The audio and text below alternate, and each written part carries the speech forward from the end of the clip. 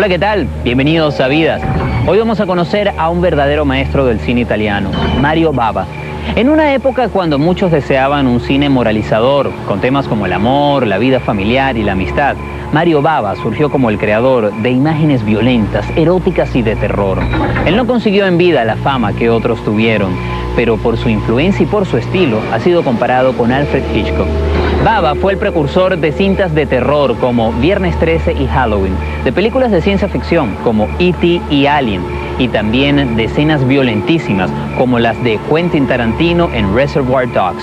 Vamos a conocer a este maestro y su legado en Vidas.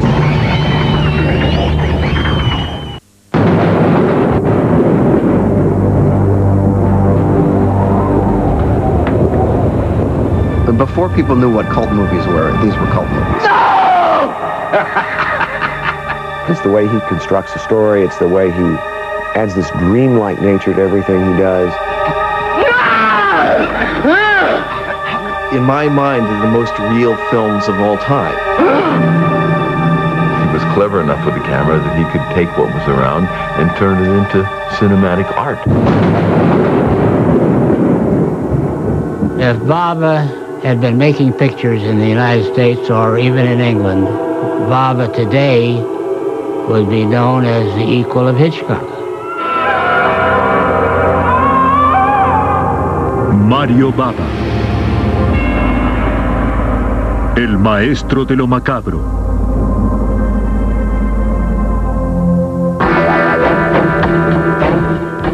Mario Bava dirigió películas de casi todos los géneros y estilos. Pero a la hora de su muerte, su reputación era la de un simple director eficiente.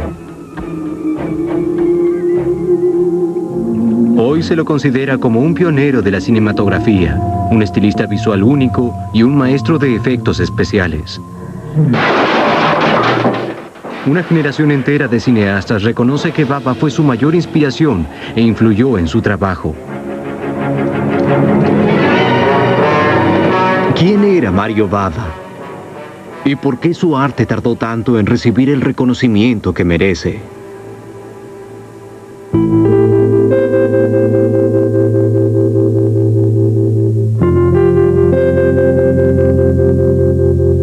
Mario Bava nació en San Remo, Italia, en 1914. Su padre Eugenio, originalmente un escultor, ascendió en el negocio del cine desde creador de efectos especiales a director. De niño, Mario pasaba muchas horas felices viendo cómo su padre creaba efectos en su taller. He would have different chemicals lying out on the tabletop. And Bava said that he always had to be careful when he was around these things because there would be like cyanide and other things like that lying around. The children should not be anywhere near. But he said the big concern was to keep that stuff out of the salad when they were making dinner. Desde muy joven, Bava mostró algunas características que luego se reflejaron en su carrera. He played a very bad game to his mother when he was like 13 or something like this, and he had all these pieces of sculptures around the house. So he was taking a marble foot, and then he was in bed and he was calling the mother, "I don't feel my feet, can you please touch it?" So she put the her hand under the cover, the blanket, and she would feel a marble. And so she was scared, and he was laughing. So that tells you a lot about his spirit. He was trying always to make jokes about fear. A medida que fue creciendo, Mario desarrolló un fuerte interés por seguir el oficio de la familia. Mio padre già a 14, 15, 16 anni, siccome disegnava, disegnava molto bene, mio padre, e allora i primi cartoni animati li disegnava mio padre già a 14, poi da lì invece, come tutti noi, a una certa età, 18-19 anni, si volle staccare dal padre e cominciò ad andare a fare come assistente, operatore, cose del genere, film in giro, insomma.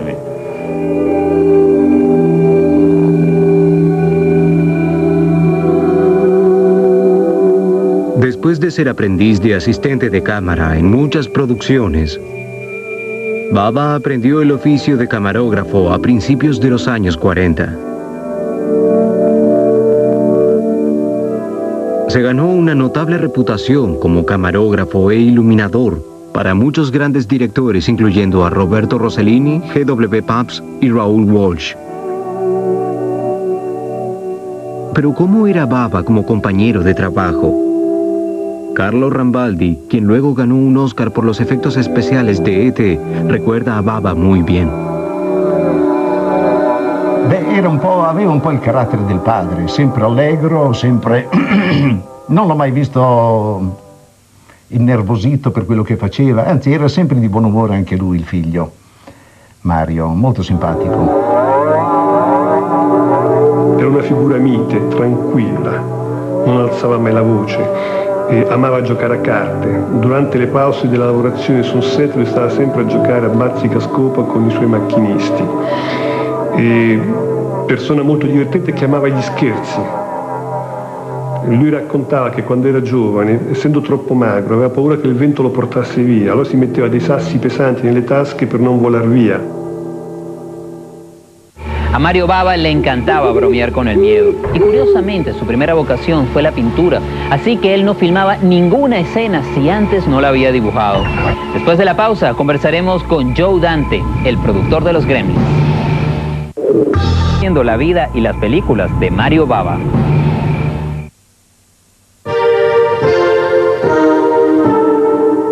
Como camarógrafo, Bava desarrolló una estrecha relación de trabajo y de amistad con el popular director Ricardo Freda. They began to talk about future projects. And Freda was very interested when he accompanied Bava to his home one night to find a lot of wax sculptures. Eugenio, Mario's father, was a sculptor and sculpted likenesses of the saints for local churches and so on. And it's interesting that this coincides with the time that House of Wax was released theatrically. The contrast of the film's popularity and Freda seeing these wax figures made something click, and they began to think about making the first horror film in Italy that had been done since the silent days. Las películas de terror no eran bien vistas en Italia desde la época de Mussolini, pero las cosas empezaron a cambiar y Bava colaboró con Freda cuando hizo la primera película de terror moderna italiana, I Vampiri o El Mandamiento del Diablo, en 1956. Y Caltiki, el monstruo inmortal, 2 años después.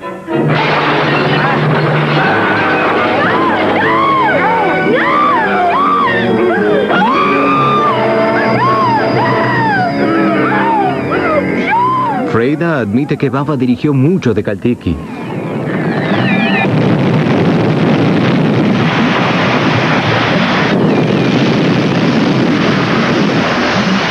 De hecho, la carrera oficial de Bava como director estaba por comenzar. En 1959, Hammer Films, ubicado en Inglaterra, tuvo su primer éxito mundial con el lanzamiento de su primera película de Drácula. Este éxito reencendió un enorme interés en el potencial comercial del terror y condujo a la primera oportunidad oficial de Bava para dirigir su propia película. In the 17th century, Satan was abroad on the earth, and great was the wrath against those monstrous beings thirsty for human blood, to whom tradition has given the name of vampires. En 1969, Mario Bava comenzó su carrera como director con la extraordinaria obra Domingo Negro. En su primera película creó lo que al fin fue reconocido como un gran clásico. But before putting them to death, human justice anticipated divine judgment by burning into the flesh of those damned ones the brand of Satan.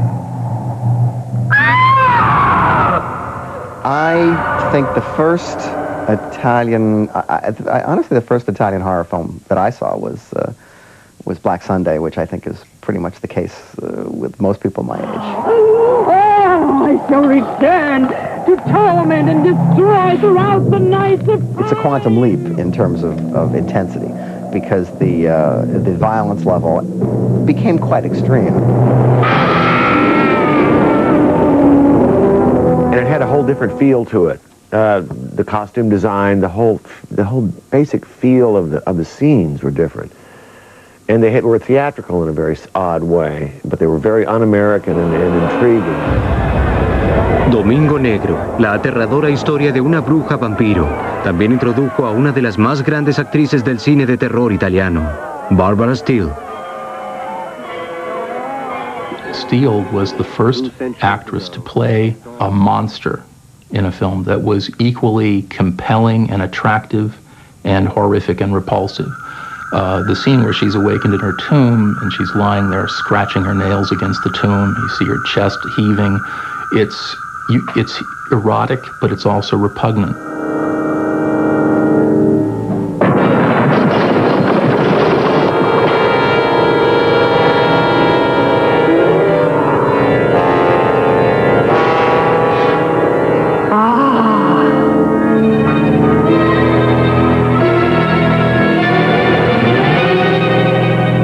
El tema entretejido de sexualidad morbosa y violencia patológica de Domingo Negro se volvió el sello del estilo de dirección de Bava. The mixture of eroticism, of sex, of horror, and starkness of image, to me, is more real than like what people would consider realistic films. Just because it just somehow it bypasses your mind and goes right inside of you, and you're not even quite sure. And there's something to me about things that cannot be just simply and quickly identified, and that are powerful as the most meaningful things of all. Tim Burton, que hizo varias películas que reflejan su interés en el género del horror, fue uno de los muchos directores que fueron inspirados por el trabajo de Bava. Esto se ve claramente en La leyenda del jinete sin cabeza.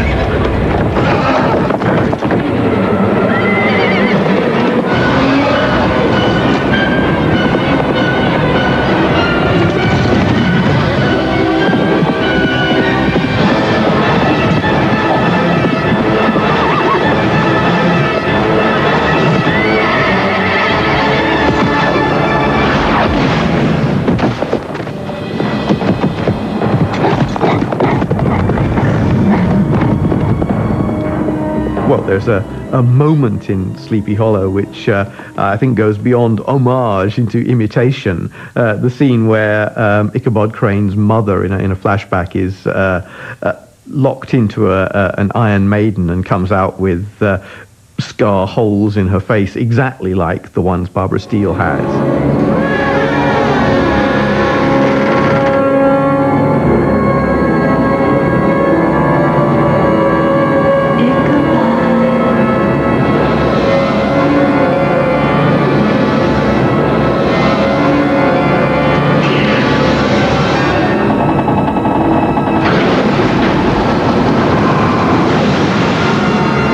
One of those horror marathons. It was one in Los Angeles all weekend where you just sit there for like 48, it was like 50 some hours of horror films, and you're sort of wafting in and out of consciousness. And the one film I remember out of that whole weekend was Black Sunday, because it was like a dream, and he really captured like film as dream, you know?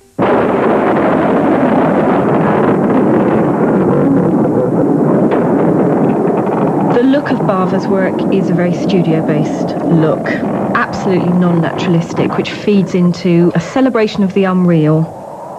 Now, in that studio-based context, he's trying to evoke the great natural outdoors, but we never actually go outdoors. We're always in an enclosed and confined space.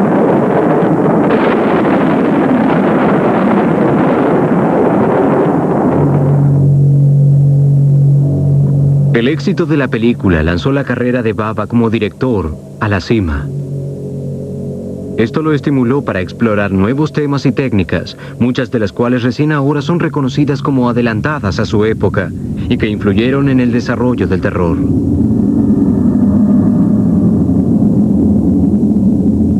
Después del éxito de Domingo Negro, Sam Erkoff, director de los estudios American International Pictures, quien distribuyó muchas películas de Bava en los Estados Unidos, lo invitó a Bava para que fuera a trabajar para ellos.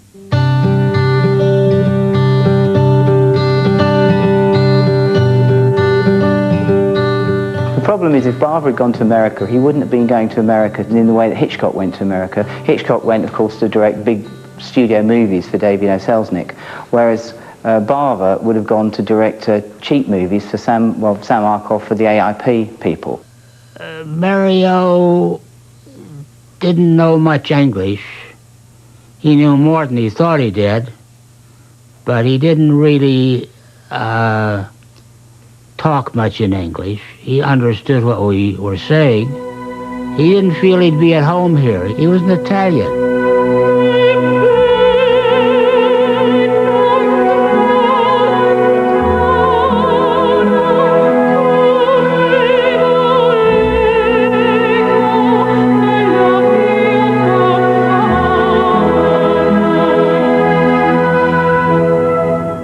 The last time I saw him, he told me that I had to learn English because he felt that if he had known this language, maybe he would have been more famous, or he would have gone to America. That was one of his dreams, I think.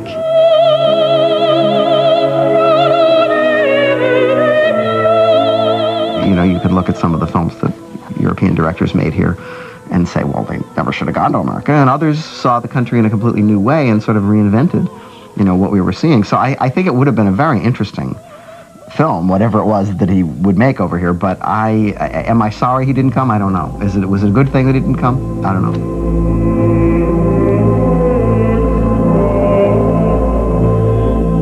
Bava hizo más obras maestras en el estilo gótico a lo largo de su carrera. Sábado Negro, hecha en 1963, mostró a Boris Karloff en una representación aterradora, la cual se repitió en una trilogía pavorosa. After the success of Bava's Black Sunday, he was asked to select another story by Tolstoy to make a film from. He actually selected 3 stories, only one of them by Tolstoy, to make a 3-part horror movie ostensibly called 3 Faces of Fear. What actually happened was American International said, yeah, this is great, we'll make this with you, but we want it to be called Black Sabbath, because they wanted to cash in on Black Sunday.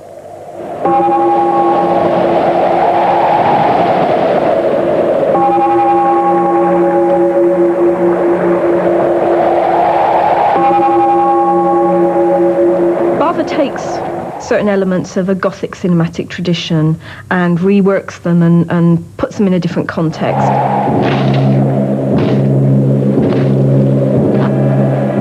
One of the episodes in Black Sabbath focuses on a vampiric figure called the Verdelak, a vampire who wonderfully resonantly preys on members of his own family, a vampire who must drink the blood of someone he loves.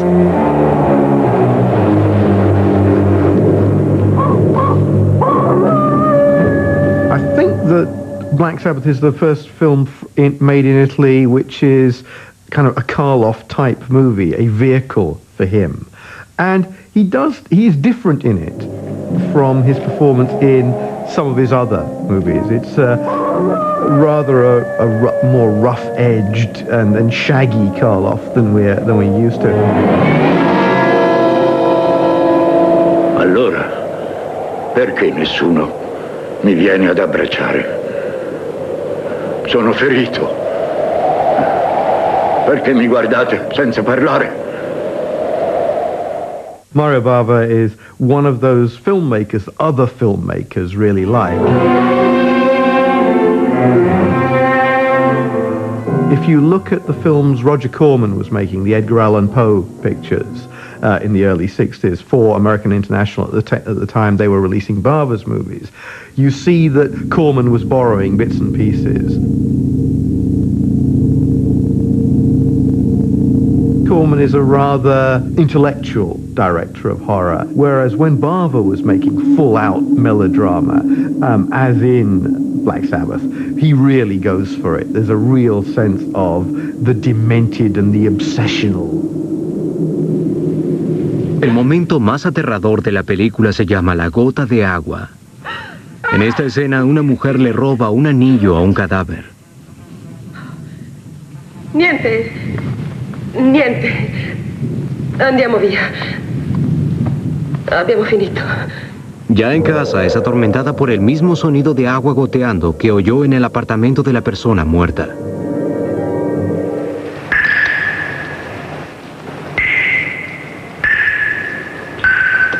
Bava's very good at taking the ordinary and making it extraordinary, taking the normal and making it the most disturbing possible thing.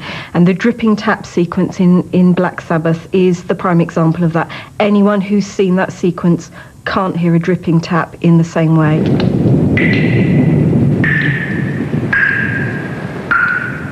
In all his movies, the one that scares me the most is the episode of the drop of water. Still today, if there's something leaking, a drop falling from far away, I have to wake up. Even if I'm sleeping, I have to wake up. I have to look for it, I have to switch it off because otherwise I cannot sleep. El tormento de un grifo goteando es simplemente una señal de algo mucho peor que vendrá.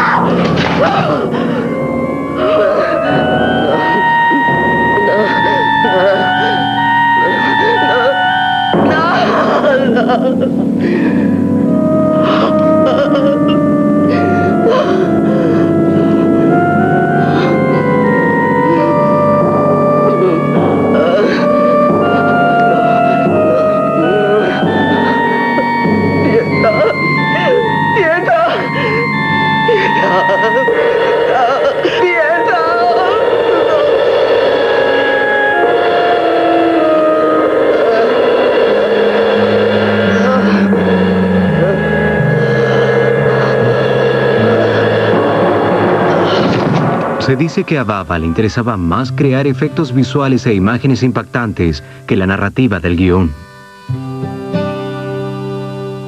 Bava's films, to me, are probably closer to the unconscious than most examples of 20th century cinema. His films run like dreams. That's because I think he came to the job of directing as a cinematographer. Esta peculiaridad de Mario Bava se entiende si pensamos que él estudió Bellas Artes.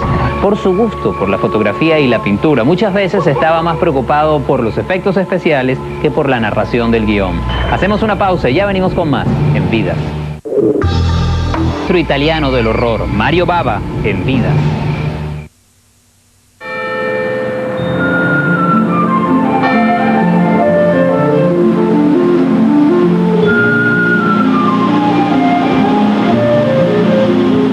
En una de las raras ocasiones en que Bava trabajó en los exteriores de Italia, creó otra obra maestra gótica, Sangre del Varón. Se filmó en un castillo de Austria. Alfredo Leone, quien produjo muchas películas de terror de Bava, recuerda bien aquel momento. Bava never wanted to leave Italy, as you know, and I took him to Vienna. And we saw every castle in Austria and in Germany. And at that time, it was a co-production deal with Wien Film. We looked, and we couldn't find what we really wanted. Until the gentleman from Wien Film says, okay, I know what you want. It was right outside of Vienna. It was a museum, magnificent. Just one piece of furniture alone was worth $2 million. And when I got that castle for Bava, he actually hugged me and kissed me. He says, Leone, this is fantastic.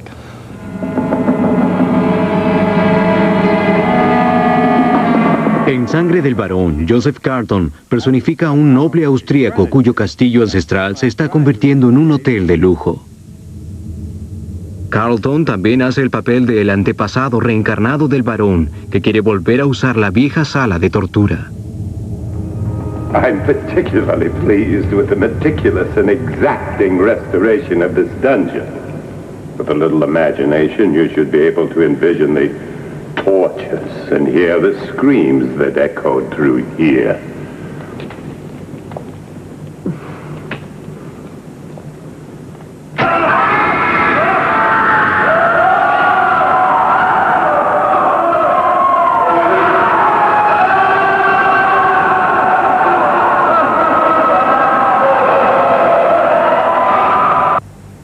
Those recorded screams in the Baron's day were real. Ours, perhaps. I knew of his talent. He displayed that. I was fascinated when, because we used to fly the rushes in from Rome to Vienna, and we'd screen them. And when I saw the footage, it was just overwhelming. And I was on the set with him every day.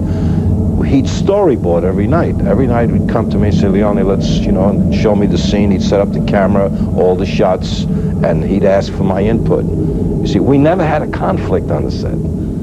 I'd frequently go to him and whisper in his ear and say, Mario, what do you think of that? He'd say, stronzo americano. And then he'd come back to me and says, I like that idea. What did you say? And we talk about it. He says, that's pretty good. Let's do it.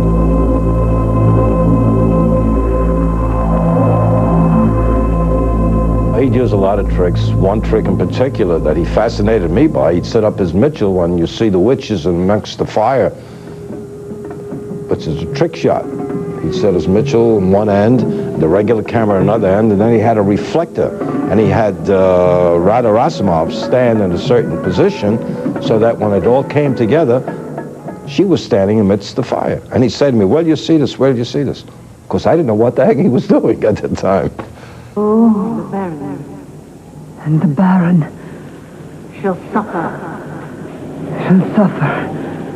Forever. La experiencia con los efectos especiales que Bava heredó fue un beneficio enorme para el tipo de películas que hizo. La gente hoy está asombrada con los resultados que lograba siempre con un bajo presupuesto y sin la ventaja de una computadora o efectos digitales.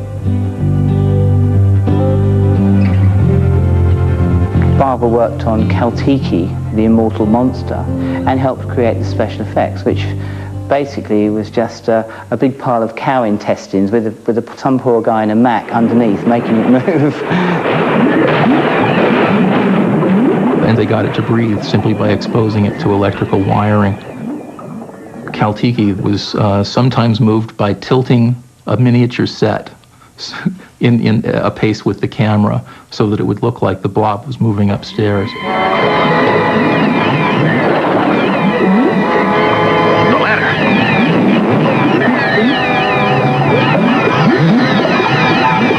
Break. Hold on to me. He had the camera all set up. He says, tell me what you think. So I went up on he had a little platform, and I went up and I looked through the lens. I couldn't see a damn thing. It was out of focus. Now, hanging in front of the lens, he had what he wanted, what you look at and you say, wow, what a beautiful set. But it was only little cutouts and little dolls to give you the effect that was in the room on the set. It was just tremendous. But I couldn't see that. It was out of focus. So he said to me, what do you think? So I didn't want to show him that I was stupid or anything. I said, well, I think it's fine. The shot is good. And he turned around. I saw him going, stronzo americano, That was typical. Hoy reconocen a Bava por haber sido el pionero de un nuevo género de terror. Uno que se conoció como giallo. Giallo literalmente significa amarillo y se refiere al color de una serie de libros espeluznantes muy populares en Italia. Eran específicamente de terror italiano. Ponía el énfasis en los aspectos más violentos y llamativos de la historia. Estas historias muchas veces incluían asesinos en serie misteriosos que atacaban a víctimas generalmente femeninas.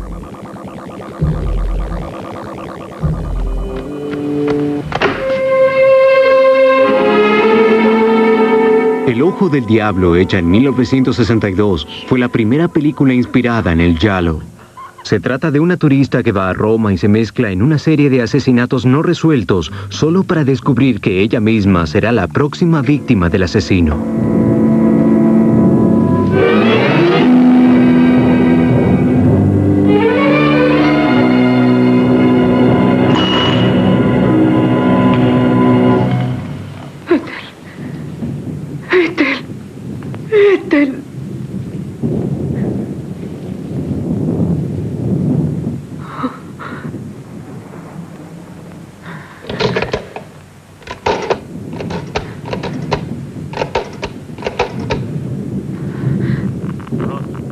El protagonista masculino era John Saxon. But it's not difficult to understand what happened to you, your arrival. Horror films, I think, starting somewhere in the 60s, replaced the Western as a staple. But before that, I'd never done a horror film, or what was supposed to be a horror film. I realized that the film was a kind of brillante horror film, comic horror film, what they were attempting. At least that's the version that I was acting. I don't know if there was another one. You know, there's jokes and stuff going on. Las piezas filmadas con mucha elegancia, centrándose en los métodos sádicos del asesinato y en un asesino misterioso casi inhumano, han definido la misma esencia del giallo. He's given birth to the stalk and slash film, which so clearly displays woman as victim and man as violator.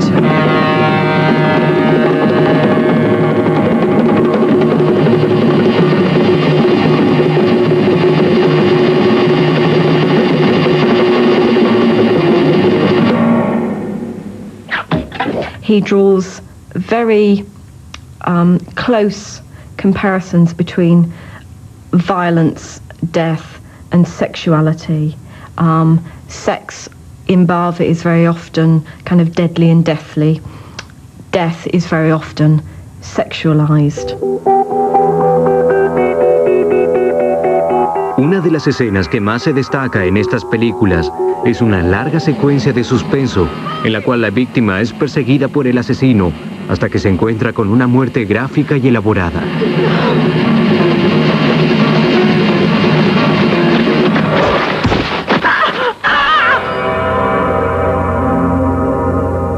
I think he had an effect upon American directors of horror. I remember Scorsese, who did his first picture for us. Scorsese appreciated Bava's work, and as a matter of fact, even discussed with me doing a horror picture on his own, which he never did do. When The Last Temptation of Christ came out, it was pointed out to Scorsese that he had used a little girl to play the devil, and it was said that, you did it like Fellini in Toby Dammit. And he said, no, I did it like Mario Bava in Kill Baby Kill, which is where Fellini got the idea of the devil as a little girl. Well, when I got a chance to make my first picture for Roger Corman, which was a comedy, I figured it might be my last chance to make a movie at all. And so I inserted into the middle of this picture this long homage to Mario Bava with this masked killer in leather running around this old western town with lots of lights and shadows and fog and stuff. And I spent the whole night shooting all this stuff because it was so cool. And I hardly even had any time for the murder at the end because I was spending so much time and it was wildly out of place in the movie. But I just couldn't let anything from me go without some acknowledgement of the fact that Mario Bava was one of my favorite filmmakers.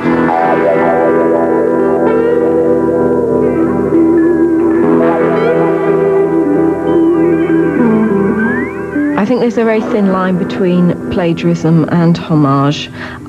Look at Bay of Blood and Friday the 13th back to back, and you might even think that Friday the 13th was filmed on the same set.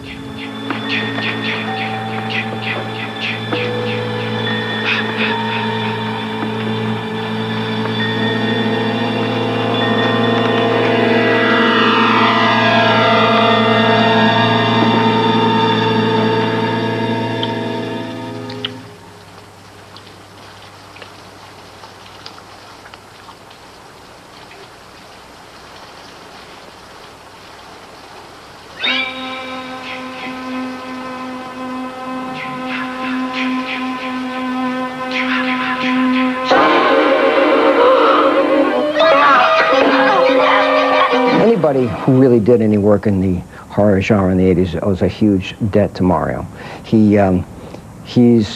Most of his work is very seminal. I know that in several of the Friday the 13th sequels that they drew extensively from stuff that he had created and made really work. He was a pioneer in an awful lot of this stuff.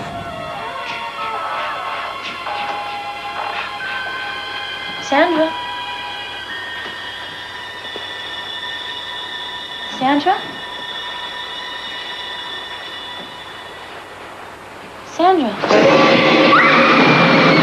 The thing that everyone knows about the American stalker and slash film is if you have sex, you die. If you don't have sex, you don't die.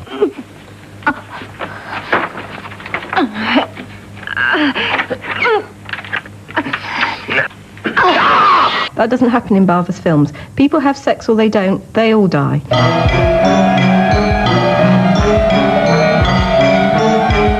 Con una serie de películas que enfatizaron los estados psicológicos enfermos y llevaban al límite la violencia.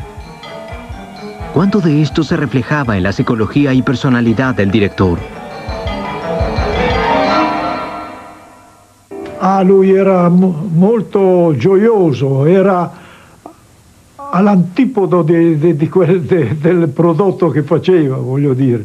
Non era un tenebroso, invece lui faceva tutti questi film, era un piccolo Hitchcock italiano. He said, why am I speaking about the dead? Because he said, in life there's only two sure things. One day you're going to be born and then you're going to die. So, about how you get born, it's quite easy, and then there's nothing interesting in telling that. Instead, nobody is so much interested in speaking about the dead or even the aesthetic of the dead. So too many people speak about love, so maybe I can put together love and dead. Mio padre, soprattutto dalla parte delle donne della famiglia mia, erano tutte molto cattoliche. Mia nonna, calcola che l'unica sorella di mio padre che è ancora viva, tra le altre cose aveva 86 anni, è monaca. Quindi c'era già questo rapporto un pochino strano tra cinema e religione, no? Capito? Mia nonna, io mi ricordo che era da piccolo, quando andavo in giro con lei, mi portava ogni chiesa che trovavamo, dovevo entrare dentro.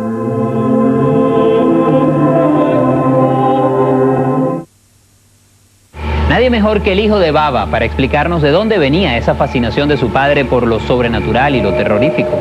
Después de la pausa, vamos a conocer la película de Mario Bava que fue inspiración para Alien. Ya venimos con mucho más en Vidas. Mario Bava, el maestro italiano del terror y el erotismo.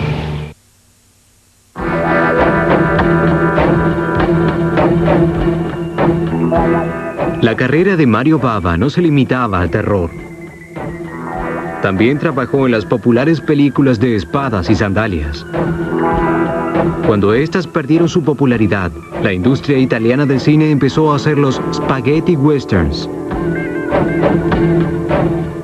Bava también dirigió varias de ellas, pero se sentía más incómodo dirigiendo en espacios abiertos que en el estudio donde podía tener más control.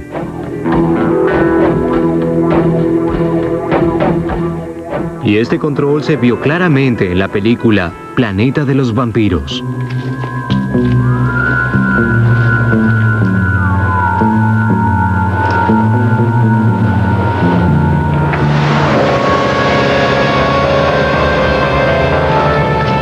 Como sugiere el título, Planeta de los Vampiros no solo es una película de terror, sino una obra de ciencia ficción. It's obvious. They fought. They fought and killed each other off. It was profoundly influential on the look of Ridley Scott's Alien. None of this madness that has touched some of us, none of this is coincidence. This was planned. We might say that just as Friday the 13th can be read as almost a remake of Bay of Blood, so Alien can be read as an American big-budget remake of Planet of the Vampires. Planeta de los Vampiros se desarrolla en un ambiente espacial siniestro y une su concepto de ciencia ficción con la sensibilidad gótica de Bava.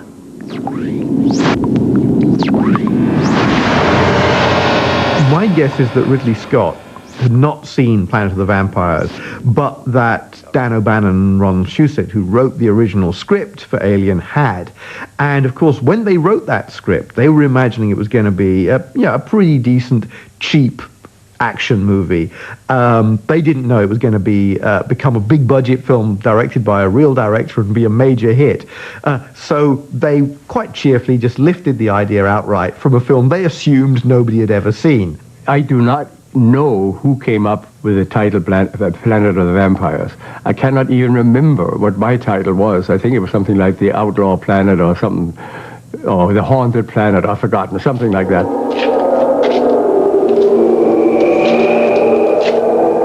Sam Arkoff came to me and says, we have a script. There are 17 writers on it. They're all Italians. And we can't make head or tail of it. Take it, see what you can do with it. So I took it, and I couldn't make head or tail of it either, but the idea was there. So I took the idea and wrote the script, which had, I think, about 14 or 15 different titles before it finally became Planet of the Vampires.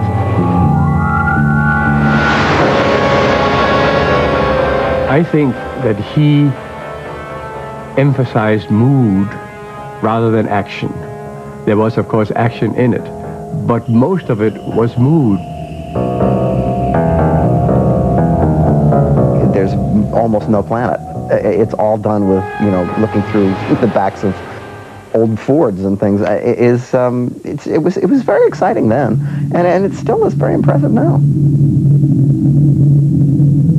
Como en la película Alien, el espacio de Bava también era un lugar que daba miedo.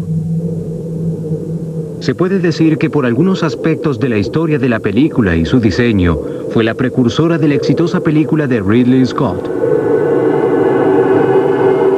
When you think that Ridley Scott spent a lot of money making Alien, big budget movie, huge sets, top cameraman, the works, and what Bava achieved with Planet of the Vampires, considering the minuscule budget that he was working on, it was quite amazing. And you can take some scenes of Planet of the Vampires, place them side by side with some scenes from Alien, and they're very, very similar indeed. It's hard to believe that Ridley Scott wasn't influenced in some way by the Bava movie.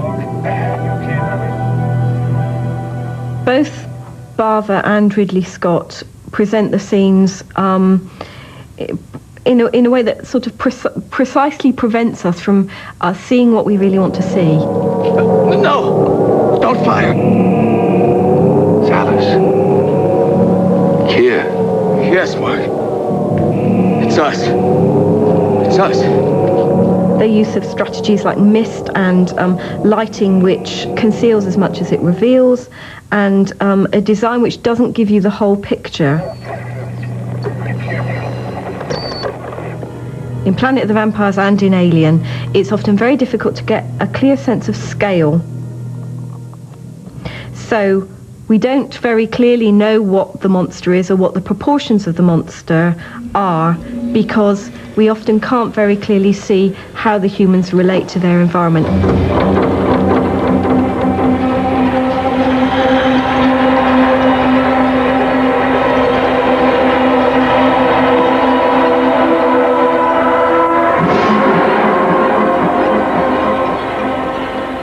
Both films feature the character stumbling upon an alien life form which seems to have been there for an awful long time. It's a fossilized entity. We're not entirely sure how to read its kind of bodily geography.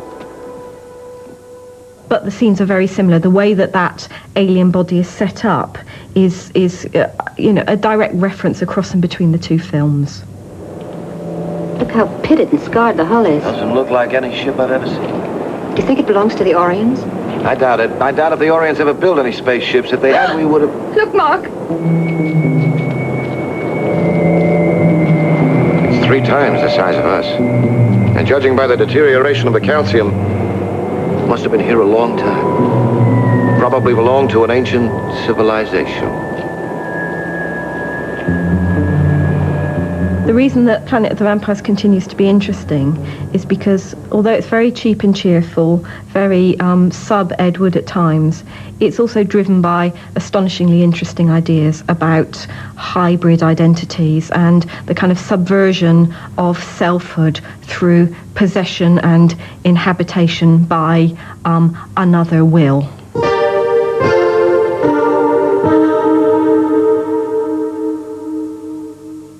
En los años 70, la salud de Bava comenzó a declinar y sufrió un colapso. En los años siguientes disminuyó su trabajo. Pero en 1974, con Perros Rabiosos, una película de crímenes y casi la última de su carrera, Bava demostró que aún era capaz de sorprender al público con sus habilidades. Solo hizo una película más antes de su muerte, en 1980.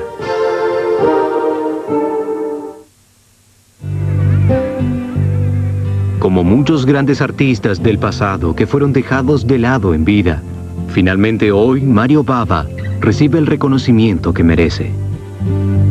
I think now that we're starting to see his films in proper prints, and now that the people influenced by him are owning up to it, as it were, he is starting to look like the real master of cinema that those of us who've been following his career always thought he was.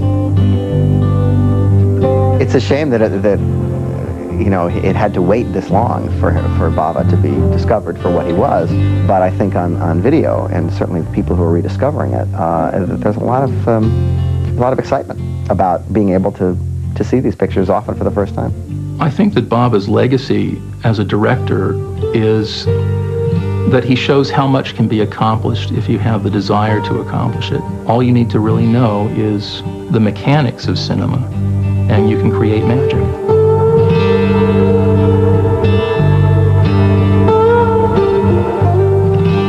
Now, I think he's still alive. I mean, although 20 years have passed, I think he's always with me and with my family. Oh boy, it's tough to put it all in one word. His kindness, his brilliance, his talent, his love for his fellow man and respect for life and people. I can't think of anybody better where images are the story. The vibe and the feeling is what it's about, and it's not literal. It's not something that follows stories traditionally. But when an image stays with you that strongly, that's a story.